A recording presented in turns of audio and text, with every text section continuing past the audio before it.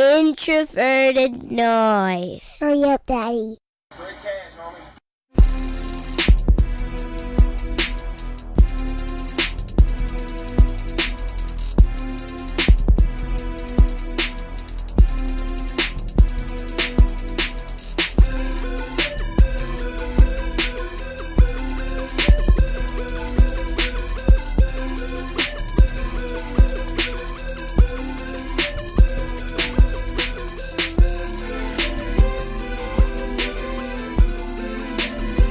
All right, and welcome back to another episode of the Pocket Protectors podcast. We got the new crew back once again. Somehow convinced Nick to come on and record with us again. But, we'll go back to the traditional order of things. The man, the myth, the legend, the cutoff t-shirt. Okay, actually, no, he's wearing clothes this time. Dr. Eric, how's it going, my man? Things are good, man. It's been spring break, so my family is back to where we used to live in Wisconsin for a week. So I've been just working almost nonstop on football. So I can't beat that. Oh, Wisconsin. I always forget that you lived in the Forbidden Land. I did. I lived amongst. I did. and Nick, how are you doing? How you been? Doing good. It was nice and 75 degrees yesterday. So here on the New York area, New Jersey. So that was lovely. It's been a long winter. So yeah, man, it snowed over this weekend in Ottawa. So not nearly as nice. It wasn't actually cold. It just it snowed. But it is a long off season, and I am thankful to Eric for coming up with this topic because it is one that we talk about a lot, but quantify very rarely. So on this episode, we are going to talk about coaching a little bit. And I know Eric's done a lot of work over at PFF, kind of looking into coaching, trying to figure out a great way to really quantify it using the information that they have there. But I want to start with you on this one, Nick, because you maybe don't have access to all the information that Eric does, and from a layman or a fan's perspective, when you think about quantifying the effects of coaching, I guess, where do you go? Where do you start?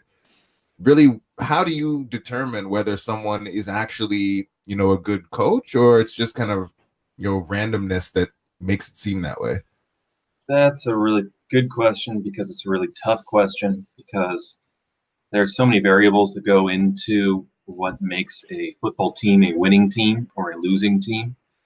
And a lot of the variables that we have to measure football success are kind of confounding with coaching. It's the classic: is Tom Brady good, or is Tom Brady good because of Bill Belichick, or is Bill Belichick good because of Tom Brady? How much of Tom Brady's wins above replacement is actually part of Bill Belichick, and how good are different players with different coaches, and how good would they be with different coaches? It's a really tough thing to measure. So, but you can definitely see the effect, and I think. Other than quarterback, your head coach is probably the most important person to the success of a franchise. Might even be more important depending on how you want to measure it. There are ways you can look at. You can look at how good does a team do based on their talent. What would you expect them to when a new head coach comes in? Or you can compare how they deal with injuries. But it's kind of hard to measure exactly how much does a coach contribute to the winningness of a team. Yeah, that's fair. And I guess making it more Viking specific, because I know one thing that we can really point to is, when you look at Mike Zimmer, the defensive, play caller, he is an amazing defensive play caller. And I think that everyone would agree with that. You look throughout his career, the numbers follow. I guess, Eric, I'll flip to you on this one. Is it easier to pinpoint when you're thinking of an offensive coordinator, defensive coordinator, and their skill versus kind of the head coach and being that person who brings it all together based on, all of the very complicated things that Nick just laid out as to why it's difficult to really attribute blame or credit where it should go? Yeah, I try to make sure that I'm talking about the play caller specifically, just because those are the guys that we want to be able to project when they switch teams. So when Sean McVay goes from Washington to LA, I want to be able to say he translates this. Vic Fangio goes from Chicago to Denver. I really want to be able to basically say like this, he's bringing with him this superior play calling from the defensive coordinator spot. So I generally think of play callers, but in that realm, like Mike Zimmer last year, depending upon, what iteration you're using of our model, he was the best. He and Fangio were the two best play callers rolling average over the last 2 years. So to Nick's point, you really want to do on a play for play level, you want to be able to say how good are the groceries that this guy's dealing with, and then using something like EPA or using something like win probability added's a bad one, but like something like that, you really want to say, okay, how good is the meal type of thing. And we get that, and we get like the kind of guys you would expect. We get Zimmer, we get Fangio, we get Betcher, Casey Rogers, Al Holcomb, Todd Wash, those kind of guys defensively, which are like not wholesale names. But then you go to the offensive side and you get Andy Reid, Randy Fiechner, Josh McDaniels, Sean McVay, Frank Reich, all the names that you would imagine. And the interesting ones are like the ones that don't jump out at you. We want to be able to explain why, like Pat Shurmur. Why is Pat Shurmur 10th in our coaching rankings? Well, the last 2 seasons, his offenses have been relatively efficient given their quarterbacks are Case Keenum and Eli Manning. Randy Fiechner, like Ben Roethlisberger was not a good player last year, and they were able to scheme good offense despite that. So like it's not a perfect thing. As Nick said, there's a lot of confounders, but I think we're able to quantify it quite well. Yeah, there's a lot of confounders. And one of the things, and Nick, I wanted to get you to speak on, because you did it was a one-off tweet. I don't know if you even remember it, but you were speaking to DiFilippo and just kind of schematically how bad he was, just using EPA as one of the ways that you were really calling that out.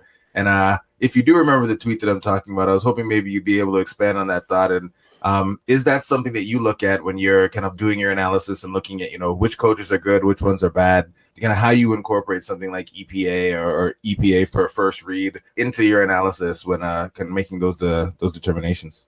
Yeah, the neat thing about EPA on first read throws is that those are usually, not always, but they're usually something that the offensive play caller has schemed up. On a scramble drill, or when they moved off, maybe something else is going on there. But on those first read throws, it's usually the play caller wants it to go this way. And so you can use that. It's not a perfect measure because there's so much else that goes on to, where the quarterback is going to throw the ball and what the first read is. But you can use it as a rough proxy for, I think, how efficient a play caller was in that given time frame. And I think in that tweet you mentioned, I was mentioning that DiFilippo's, or I should say Kirk Cousins' expected points added on first read throws was something like 0.03. I think the NFL average is 0.10, so well below average. And you have somebody like Mitch Trubisky, who graded out as one of the worst starting quarterbacks in the league, maybe the worst, and his EPA on first read throws was like 0.25 or something. And then you have, Pat Mahomes with Andy Reid, the EPA for throw is like 0.4 or something. So clearly, when you factor in the fact that, the Vikings were under a lot of pressure, but with Diggs and Thielen and some other talented skill players in that offense, an EPA per first read throw of 0.03, I think is pretty damning in terms of DiFilippo's effectiveness as a play caller. Yeah, and Eric, I guess, I know that you've been doing some work on this, but I was hoping maybe you'd be able to walk us through it at a high level anyway, kind of what you're doing and how you're really pulling it out to help us understand, which coaches are good, which ones are bad, and then if you could let us know how predictive that is, because I know that, generally when we're talking about, teams, we talk about, offense being more predictive because it's really the quarterback kind of out there being the one that's pulling the trigger. When you look at coaching, is that something that is predictive outside of, just having your good quarterback from year to year? Yeah. So essentially what we do is we have our grades in each facet of play. We adjust them for seasonal effects. We adjust them for opponent, and then we fold them in. We use a model to say what would be the EPA expected on a play like this. And then after that, we take the difference, and then we aggregate the difference, and we have a way of essentially throwing out plays that are not normal, and it, like there's only so many 2nd and 20s backed up, so like we're not going to like overreact to those. So we take plays that happen a lot and we basically see how a coach does relative to what you expect him to do. In terms of predictive power, yeah, it goes into our models to sort of pick who's going to win a game essentially. And it's interesting it's like I would say a 2nd or 3rd order variable, but what it was able to do last year was to tell us that the Kansas City Chiefs were a pretty good value to win the Super Bowl. We had them at about 5%, which was higher than the Steelers, higher than the Chargers, teams that were like, I think Vegas odds were better than them. And we were sort of going back to the drawing board, and essentially going in and saying, okay, well, why is that true? Oh, it's because Andy Reid is the best coach in our coaching metric offensively. So they're pretty, I would say it's not as stable as player metrics, but it's pretty stable year to year. And when a coach changes teams, it tends to stick. And it's a pretty good thing for predicting game to game. So with that said, bringing it back to the Vikings, Nick, what are your thoughts on Gary Kubiak and what his history tells you about maybe what we should expect for the Vikings and how he might be able to help us out offensively as we move forward with things? Yeah, Kubiak's an interesting example. I said before that, the NFL keeps trying to find the next McVay, the next Kyle Shanahan, and they should, because obviously those are two of the best young play callers to come into the league in quite some time. And Gary Kubiak is kind of like their uncle in the coaching tree. It was Mike Shanahan and Gary Kubiak, who was Mike Shanahan's OC. And from there came Kyle Shanahan and Sean McVay and Matt LaFleur and the other branches of that whole coaching tree. So Kubiak is that kind of, it's an outside zone focused run scheme, and play action builds off of that. And so that's kind of the play calling you might expect. In terms of how good he is, I mean, obviously he had success as a head coach, but you think of that Broncos Super Bowl win, it wasn't really off the back of the offense and Peyton Manning. So in terms of what to expect, how good the offense is, I think Kubiak was a right guy to bring in, especially as Stefanski was trying to install outside zone, and so he kind of goes to one of the big experts. But being able to predict what Stefanski is going to do as an offensive play caller, as Kubiak is, the last time Kubiak was coaching was a few years ago, completely different personnel. So, and Stefanski is just an unknown, because this is, other than those 3 games last year playing with DiFilippo's playbook, we don't really know anything about how good of an offensive play caller is. We have some data, like Pat Shurmur, who's a good offensive coach, wanted him as his OC in New York before Zimmer shot him down. So he was widely thought of. Cleveland really wanted to bring him in. They almost hired him as their head coach. It was down to him and Freddie Kitchens with the Browns.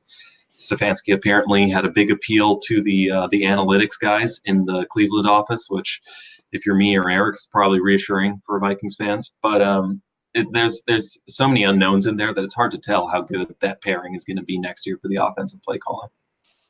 Yeah, and that's a great segue, because Eric, on the last episode of the forecast, and I think I might be one behind, that was one of the things that you guys called out as you kind of moved into this next year, figuring out the appropriate way to deal with these kind of changes, where there's a coaching change or maybe a big piece moves on offense, like you were mentioning with the Vikings and Kirk Cousins.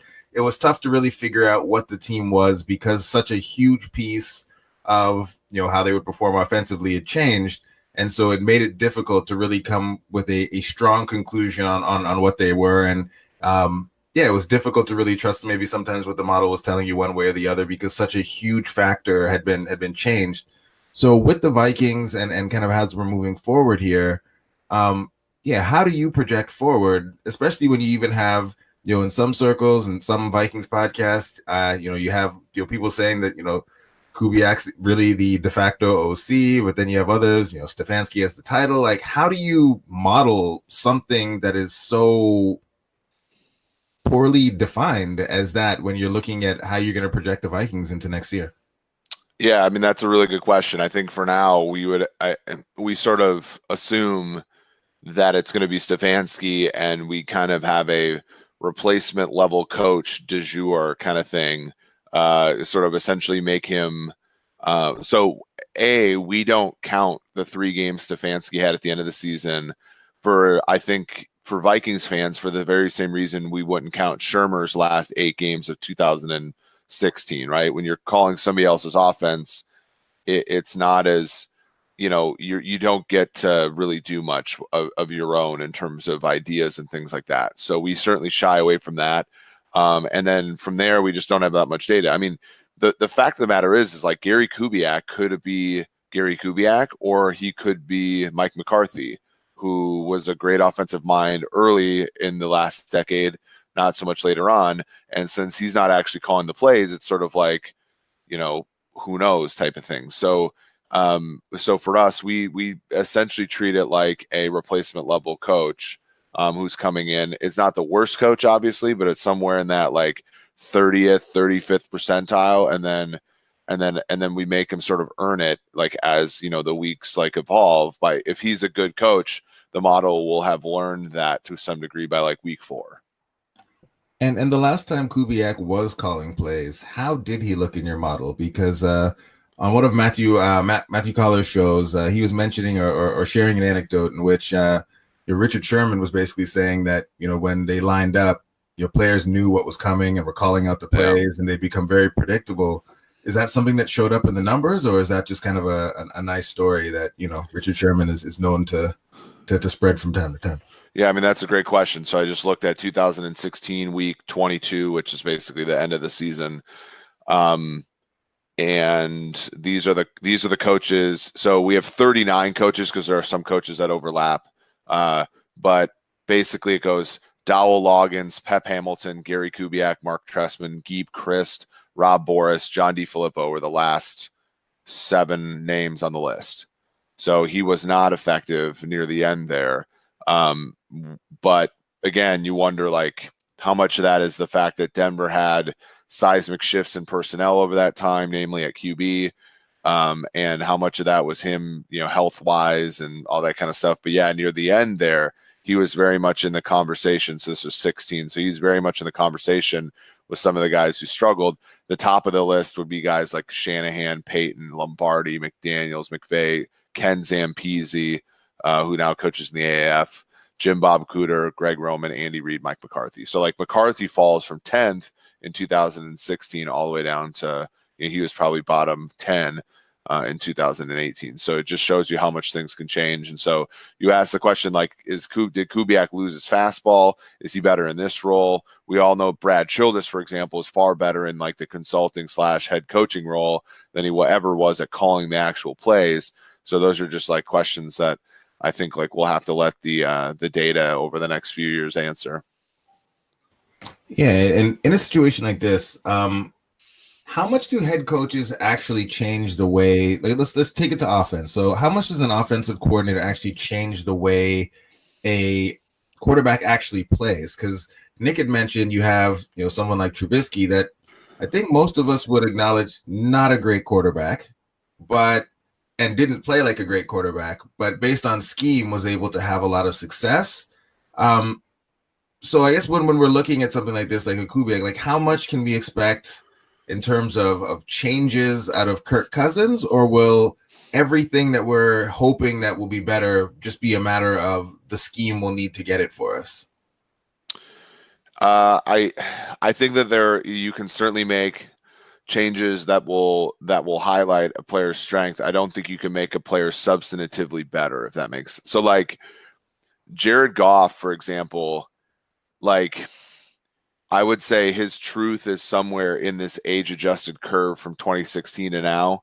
And Rob Boris and Jeff Fisher got the absolute worst out of it that a coach could, and McVay is getting almost the absolute best out of it. And that's why we see such this seismic shift. I would say with Kirk, like honestly, the Vikings had some luck last year to some degree, like some of his fumbles that weren't recovered or some, like he didn't have, and he kind of like tightened down a little bit. Some of his plays, like some of his interceptable passes weren't intercepted, so on and so forth. And yet, like, I think DiFilippo got almost the absolute worst you could also get out of him. So then the question becomes, what is Kirk's average plus a coach getting the absolute best out of it? Those are all questions that I think like we'll have to follow along and see because it's sort of difficult.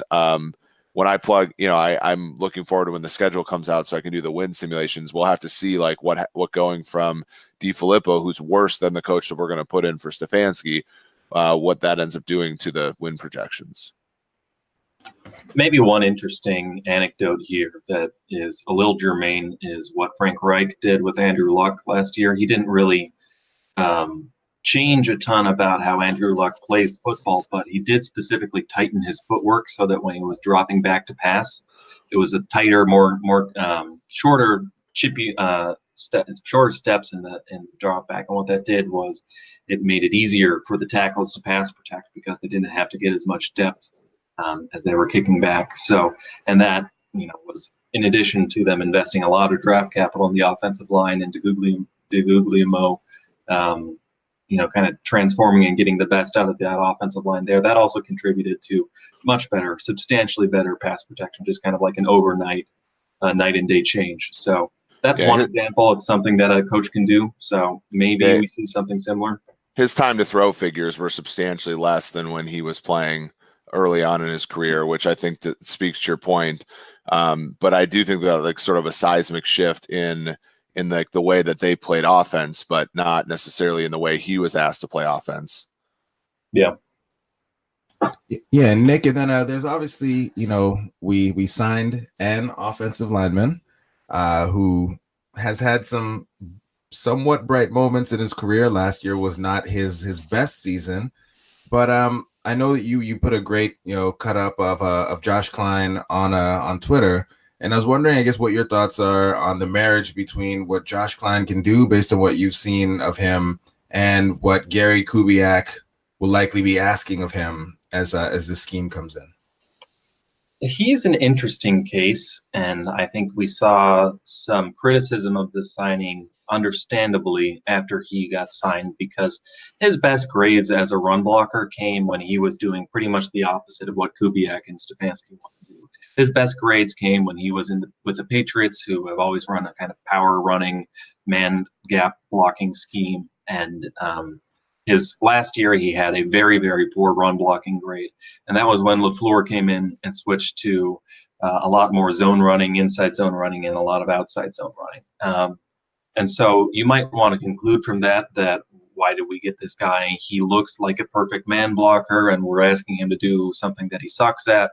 I think if you actually watch him on tape, his run blocking is it's not great in anything, but I think he was better when he was asked to block in space. He had decent quickness and balance and was able to sustain blocks, was able to connect on reach blocks, stuff like that. So he has kind of like the tools to be a good, maybe good is overselling it, but a solid run blocker.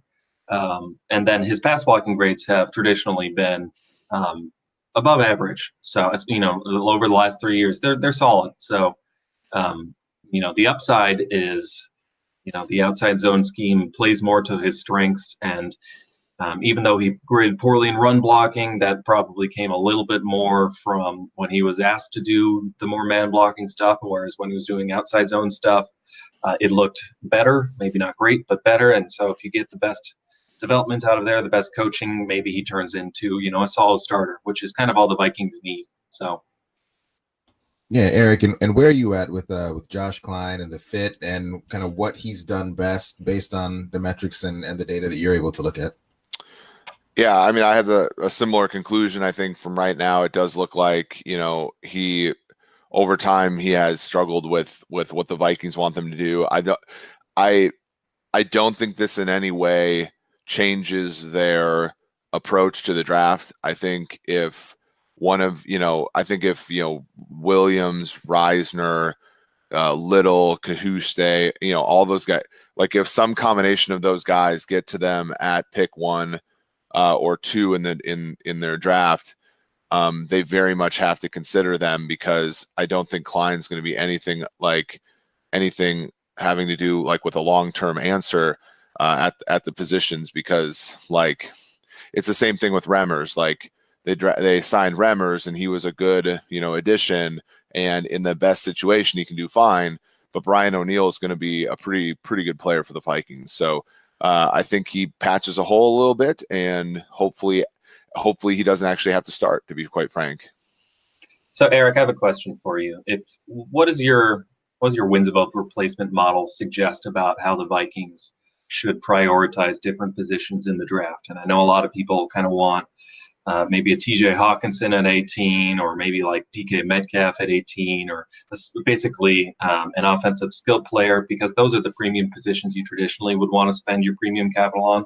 Guard is not usually a position that you spend your premium capital on, and it's also not a position that affects your bottom line wins as much as a star wide receiver. So I'm interested in, but the flip side is that the Vikings guards are so catastrophically bad right now that if Danny Isidore were playing games, you would probably lose more games from him playing than Treadwell, even though Treadwell's well below average receiver. So I'm interested in what your take is on that. Yeah, the tough part about receiver and tight end is those positions, when they hit, are as valuable as anything other than QB. The issue is always like the learning curve is higher for them. And so, and frankly, a lot of them don't end up being valuable at all, a la Treadwell. And so for my money, like you brought up a good point, the value difference in going from below replacement level on the offensive line to average is worth more than going from average to great, in which case, from a bang for your buck perspective, it's not so much the wins above replacement that a guard nets you, it's what they have right now, which is how many losses below replacement we're at. Right. So you're adding to that, because, if a guy can get you a quarter of a win above replacement, the other guy was losing you a quarter, then now you're talking about a half, even though a half's really hard to get from an actual guard. So that's kind of like where I'm at there. The other issue is, so all that aside, I'd rather them, if they felt this way about like Greedy Williams or, one of the top defensive backs, I'd also rather them go after and consider that approach as well, just because I think you can never have enough Mike Hugheses and never have enough Mackenzie Alexanders and never have enough of those guys, because they move the needle a ton. But the offensive line is such a pressing need for the Vikings, and they are so bad there that I do think that's part of what goes into my thinking. Eric, could you imagine the takes if they drafted a corner in the first round of this draft? Oh my goodness. I just kind of want it to happen just so we can watch Vikings Twitter and Vikings Reddit and Vikings everywhere on Facebook just burn to the ground, because man. Right. I mean, but the thing about it is like we talked about this in the chat the other day. I mean, you are a couple bad luck turns away from having your three corners be Holton Hill, Mike Hughes, and Mackenzie Alexander. Right? Because Trey Waynes might leave via free agency. Xavier Rhodes, as good as he's been, there's a non-zero chance that he's washed.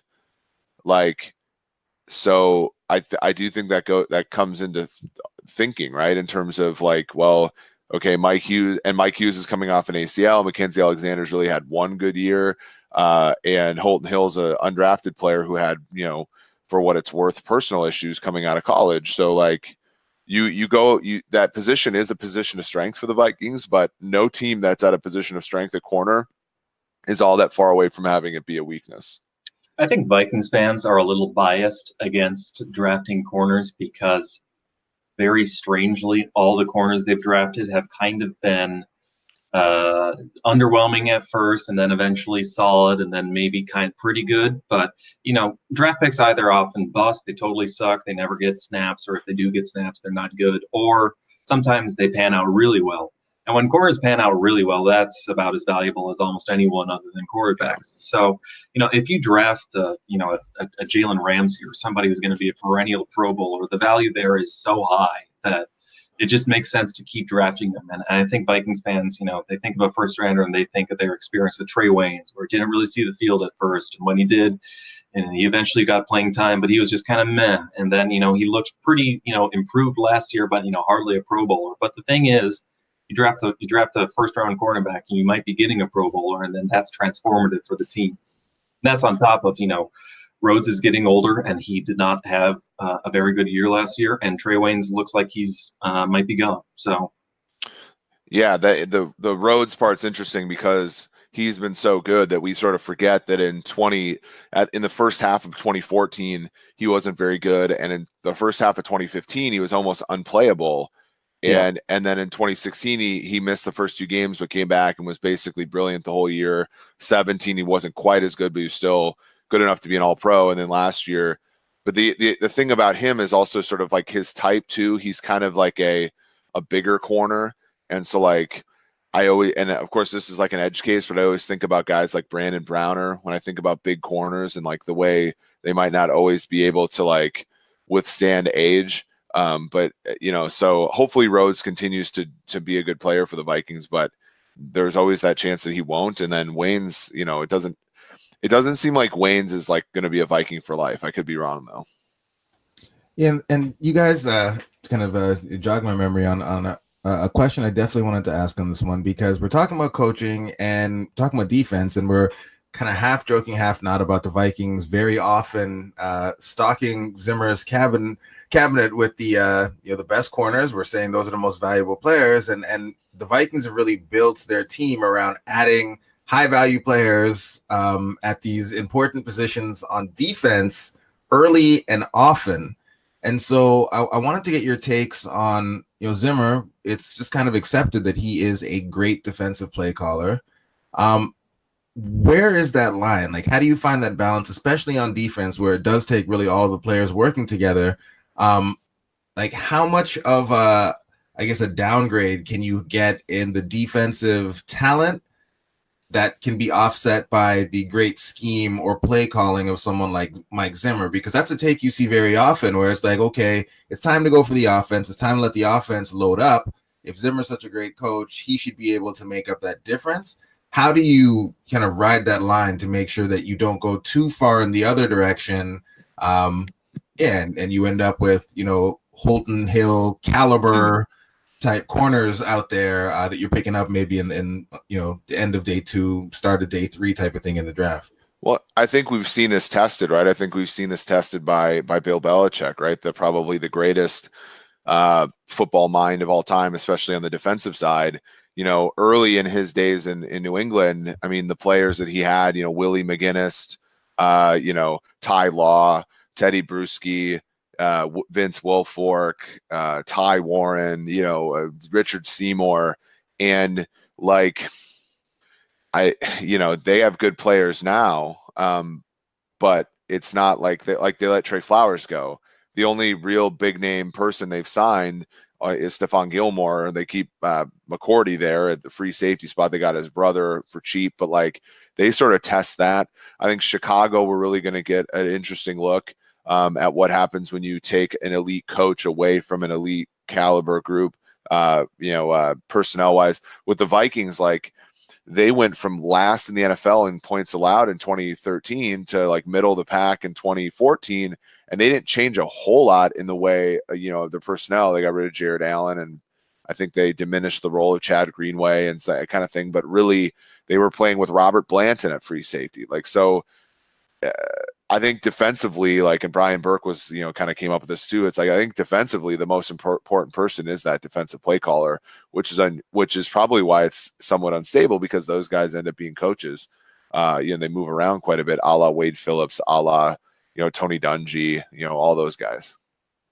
I think with the Vikings and with Mike Zimmer specifically, a lot of it is how much does Zimmer have to scheme to help guys who he doesn't trust? I think you saw this with Holton Hill getting playing time. I think a lot of people were rightly impressed by Holton Hill last year, but I think, if you look at like his passer rating allowed or even his coverage grade, it kind of overstates his talent, at least as a rookie.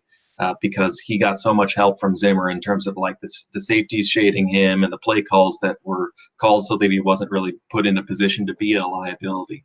And then on the converse, I think when you see other players get better, it sort of frees Zimmer up to tinker a little bit more. I think we saw this with when Sendejo kind of became a good quality free safety. It really allowed Smith to come down into the box and play the robber and do a lot more like freestyling stuff, which really was a big ingredient in the 2017 Vikings defensive dominance. So I think, when you have a player like Xavier Rhodes who you can trust one-on-one on an island, or when you have a player like Harrison Smith, you want to be able to free him up to allow Zimmer to scheme up other crazy stuff. So, if you gave him a bunch of poor players and forced Zimmer to play, a bunch of cover two, it would probably be better than other coaches, but you're just sort of you're kind of making him play with one hand behind his back if you're not giving him enough talent. So it's just a balance there.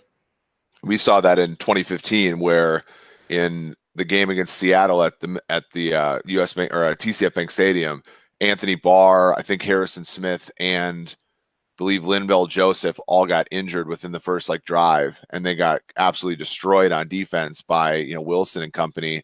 And then the Thursday, 4 days later, they went and played a Arizona team that was going to basically make the Super Bowl that year.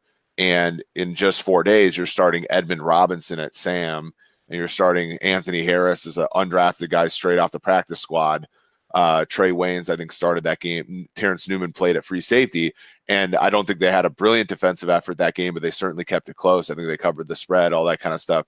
So, you're right. I think obviously you don't become the best defense with that personnel, but I don't think you become a disaster either. And then that begs the question, why are you going to get Anthony Barr from the Jets when the goal should be to get your defense to above average and not to be getting it from really good to brilliant, given that offense is what it is. Yeah, so given that, and given the things you guys have said kind of earlier in this podcast, and I know it's the coaching one, we were focused on that, but I am interested where would you guys be going as we kind of look at, say, the first 2 days of the draft, given that free agency is largely over for us. We're broke, so it's draft time. Where would you guys be investing more heavily as you look at the first couple of days of the draft there? Are you, like Eric, you mentioned, a Greedy Williams or something, would you really actually go and pull the trigger on that, or would you really be looking to do what most are expecting or hoping the Vikings will do, is just really fortify that offensive line so that maybe a Josh Klein doesn't have to start? I mean, for me, I look at things I wouldn't do first. I wouldn't draft a kicker. I wouldn't draft a punter. I wouldn't trade up to do either. I'm not going to draft an off-the-ball linebacker. I'm not going to take interior is tough because I think Shamar Stephen doesn't really move the needle at all. And there are some really good interior players there, but they don't move the needle nearly as much. So for me, where does that go? I think, I don't think necessarily the receivers at the top end of the draft really do what the Vikings want them to do. And so sort of by process of elimination, that leads you to either trade down and accumulate picks, which I don't think is going to be their way to go, or treated happily by the fan base, or draft offensive linemen, draft corners, draft defense. Edge is also another intriguing spot because Everson Griffin's probably basically done, and Daniel Hunter's great, but then the other guys that they have across from him, the Stephen Weatherlys of the world, they're still up in the air in terms of whether or not they're going to be really good NFL players. So I'm looking at those, the corners, the edges, but then I think the offensive line, I can be pushed in that direction significantly at this point. Wow. And when you say offensive line, is that any position on the offensive line, like tackles? Are you going interior at 18 if the right person falls to you? Yeah, because I think the distinction, so Dalton Reiser could play tackle or guard. So I don't see the distinction being as big as people think. Okay. I like that. Nick, how about you, man? I agree with a lot of that. I think it's interesting. There are reasons to kind of not take everybody. I think the reason you wouldn't want to take offensive line in the first is just the value there. And maybe it makes sense to take a tackle there when you can get a Chris Lindstrom at 50. But the Vikings already have Reef and O'Neal. If they draft another tackle, then you're kicking Reef into left guard. But they've never really done that. So that's another Who knows how that would pan out? We saw it go disastrously for Remmers. I don't think Reef would necessarily. We should expect it to go that bad, but I think wide receiver and tight end, that would be great. But I also think, Kyle Rudolph is a solid receiver, and David Morgan is a very good blocking tight end. So they're kind of there's not a ton of room to improve. And in fact, given how poorly tight ends tend to play their first years, I wouldn't necessarily expect much improvement there. Wide receiver is it's always a kind of a crapshoot, and you always see the Stephon Diggs in the 5th round playing really well. So I could see us going corner. I wouldn't hate that, like the rest of Vikings Twitter would. I think it would make a lot of sense to go offensive line just because Josh Klein and Danny Isadora have the potential to be game-breakingly bad in the way that TJ Clemmings was back in 2015-16. Yeah, I think the interesting thing about the Vikings draft history is that they have always neglected defensive line, and I think they've gotten away with it because Andre Patterson is kind of like the Coach Scar of defensive line, where he's always taking, Everson Griffin was a 4th rounder, Daniil Hunter was a 3rd rounder, and you can go back to the Jared Allens or the Ray Edwards or whoever, Brian Robinson. And they've been able to find these sort of diamonds in the rough later in the draft and just bring them in on athletic talent. And I think for that reason, I think it's as tempting as like an Ed Oliver would be, and I would take Ed Oliver at 18 just because of the value. It's nice to be able to not invest a lot of draft capital, and the Vikings haven't. The only 1st rounder they've taken on the defensive line last decade was Sharif Floyd. Whereas most other teams, draft one every 2-3 years or something. So to the extent you can continue to leverage that positional coach into talented defensive line players without having to invest the capital, I think it makes sense to prioritize cornerback, offensive line, and skill talent. So, yeah, the Sharif Floyd thing is heartbreaking. He was going to be a good player. Yeah, he was so good. But so good. All right. Man, ended the show on a bummer, but I feel like we've gone through everything that there really is to go through at this point, kind of discussing coaching and the impacts. And Eric, you made a comment at this point. I can't remember if it was in the group chat or on the pod, but really just JDS John DeFilippo, being the worst, and us potentially going from the worst to not the worst, maybe average. Can you just remind me what that would be in terms of wins? Generally speaking, I mean, we haven't really put a number on the wins, but I would probably say you're talking about half to a full. Oh, so the Vikings over under this year's what, 8.5? Is that what they hung today? 9. I'm not rushing to bet the under given all the things now.